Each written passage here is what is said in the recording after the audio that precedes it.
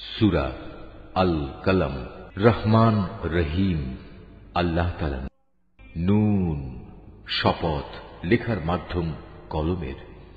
আরো শপথ এ কলম দিয়ে তারা যা লিখে রাখছে তার।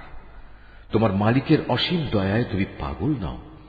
তোমার জন্য অবশ্যই এমন এক পুরস্কার রয়েছে যা কোনোদিনই নিঃশেষ হবে না। নিঃসন্দেহে তুমি মহান চরিত্রের উপর প্রতিষ্ঠিত রয়েছ। সেদিন খুব দূরে নয় যখন তুমি ও তোমাকে যারা পাগল বলে তারা সবাই দেখতে পাবে তোমাদের মধ্যে আসলে কে বিকারগ্রস্ত পাগল ছিল। তোমার মালিক ভালো করে জানেন তোমাদের মধ্যে কোন ব্যক্তি পথভ্রষ্ট হয়ে গেছে। আবার যারা সঠিক পথের উপর রয়েছে আল্লাহ তাআলা তাদের সম্পর্কেও সম্মুখ ওয়াকিবহাল রয়েছেন। অতএব তুমি এ মিথ্যাবাদীদের অনুসরণ করো না। তারা তো তোমার এ নমনীয়তাটুকুই চায় যে তুমি তাদের কিছু গ্রহণ করো, অতঃপর তারা তোমার কিছু গ্রহণ করবে। যারা বেশি বেশি কসম করে পদে পদে লাঞ্ছিত হয়, এমন লোকদের কথা তুমি কখনো শোনো না, যে বেহুদা গালমন্দ করে, খামাখা মানুষদের অভিশাপ দেয় এবং চগলখড়ি করে বেড়ায়, যে ভালো কাজে বাধা সৃষ্টি করে, অন্যায়ভাবে সীমা লঙ্ঘন করে, সর্বোপরি যে পাপিষ্ঠ, যে কঠোর স্বভাবের অধিকারী, অতঃপর যে জন্ম পরিচয়ের দিক থেকেও জারজ, যদিও তার বিপুল ধনরাশি ও অনেকগুলো সন্তান সন্ততি রয়েছে। এ লোককে যখন আমার আয়াত পড়ে শোনানো হয় তখন সে বলে, এগুলো তো হচ্ছে আগের দিনের গল্প কাহিনী মাত্র। এই অহংকারী ব্যক্তিটিকে তুমি জানিয়ে রাখো, অচিরেই আমি তার শুঁড়ে দাগ দিয়ে তাকে চিহ্নিত করে দেব। অবশ্যই আমি এই জনপদের মানুষদের পরীক্ষা করেছি, যেমনি অতীতে আমি একটি ফলের বাগানের কতিপয় মালিককে পরীক্ষা করেছিলাম। সে পরীক্ষাটা ছিল, একদিন তারা সবাই একযোগে শপথ করে বলেছিল অবশ্যই তারা সকালবেলায় গিয়ে বাগানের ফল পাড়বে। এ সময় তারা আল্লাহ তাআলার ইচ্ছা ও অভিপ্রায় সম্বলিত কিছুই এর সাথে যোগ করেনি। তখন ভোর হতে না হতেই তোমার মালিকের পক্ষ থেকে সেই বাগানের উপর এক বিপর্যয় এসে পড়ল। তখনও তারা ছিল গভীর ঘুমে বিভোর।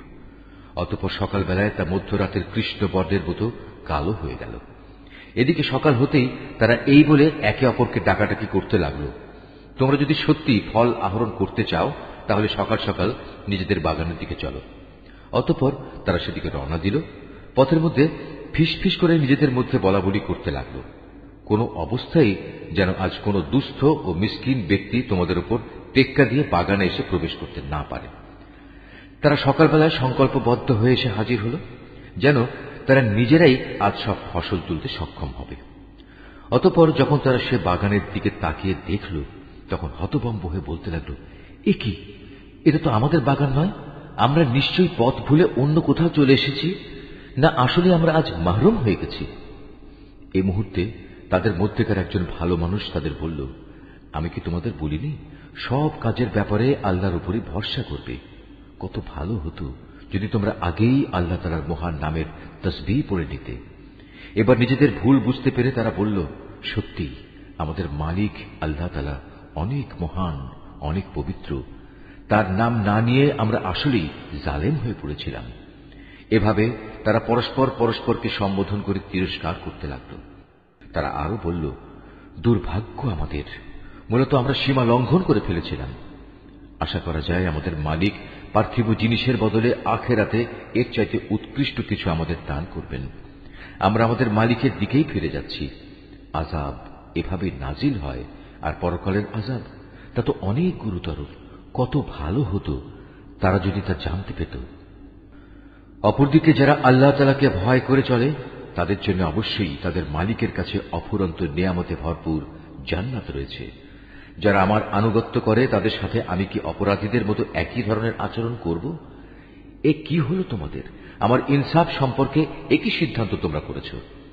তোমাদের কাছে কি এমন কোন আসমানি কিতাব আছে যাতে তোমরা এই কথাটা পড়েছ যে সেখানে তোমাদের জন্য সে ধরনের সব কিছুই সরবরাহ করা হবে যা তোমরা তোমাদের জন্য পছন্দ করবে? না আমি তোমাদের সাথে কোন চুক্তিতে স্বাক্ষর করেছি, এমন চুক্তি যা কিয়ামত পর্যন্ত মানা বাধ্যতামূলক হবে? এর মাধ্যমে তোমরা যা কিছু দাবি করো তাই তোমরা পাবে। তুমি এতে জিজ্ঞেস করো, তোমাদের মধ্যে কে এ দায়িত্ব নিতে পারে? নিজেরা না পারলে তাদের কি অন্য কোনো অংশীদার আছে? যদি তারা সত্যবাদী হয় তাহলে তারা তাদের অংশীদারদের সবাইকে নিয়ে আসুক। স্মরণ করো, যেদিন যাবতীয় রহস্য উদ্ঘাটিত হয়ে পড়বে তখন তাদের সাজদা অবনত হওয়ার আহ্বান জানানো হবে। এসব হতভাগ্য ব্যক্তি কিন্তু সেদিন সাজদা করতে সক্ষম হবে না। তারা নিজেদের দৃষ্টি নিম্নগামী করে রাখবে, অপমানে তারা ভারাক্রান্ত হয়ে পড়বে। দুনিয়ায় এমনি করে যখন তাদের আল্লাহর সম্মুখে সাজদা করতে ডাকা হয়েছিল, তখন তারা সুস্থ ও সক্ষম ছিল। হে নবী, অতঃপর তুমি আমাকে ছেড়ে দাও। যে আমার এই কিতাব অস্বীকার করে, তার থেকে আমি প্রতিশোধ নেব। আমি ধীরে ধীরে এদের এমন ধ্বংসের দিকে ঠেলে নিয়ে যাব যে এরা তার কিছুই টের পাবে না। আমি এদের অবকাশ দিয়ে রাখি। অপরাধীদের ধরার আমার এই কৌশল অত্যন্ত কার্যকর। তুমি কি এদের কাছে কোনো পারিশ্রমিক দাবি করছো যে এরা তার দণ্ডভারে একেবারে অচল হয়ে পড়েছে? না তাদের কাছে অজানা জগতের কোনো খবর রয়েছে যা তারা লিখে রাখে? হে নবী, তুমি বরং তোমার মালিকের কাছ থেকে সিদ্ধান্ত আসার জন্য ধৈর্য ধারণ করো এবং এ ব্যাপারে মাছের ঘটনার সাথী নবী ইউনুসের মতো হয়েও না, যখন সে দুঃখে ভারাক্রান্ত হয়ে আল্লাহ তাআলাকে ডেকেছিল। তখন যদি তার মালিকের অনুগ্রহ তার উপর না থাকত, তাহলে সে লাঞ্ছিত হয়ে বালুকাময় ময়দানে নিক্ষিপ্ত হতো। অতঃপর তার মালিক তাকে বাছাই করলেন এবং তিনি তাকে তার নেক বান্দাদের কাতারে শামিল করে নিলেন। কাফেররা যখন আল্লাহর কিতাব শোনে, তখন এমন ভাবে তাকায় যে এক্ষুনি বুঝে এরা নিজেদের দৃষ্টি দিয়ে তোমাকে আছড়ে ঘায়েল করে দেবে। তারা একথাও বলে, সে কিতাবের বাহক একজন পাগল।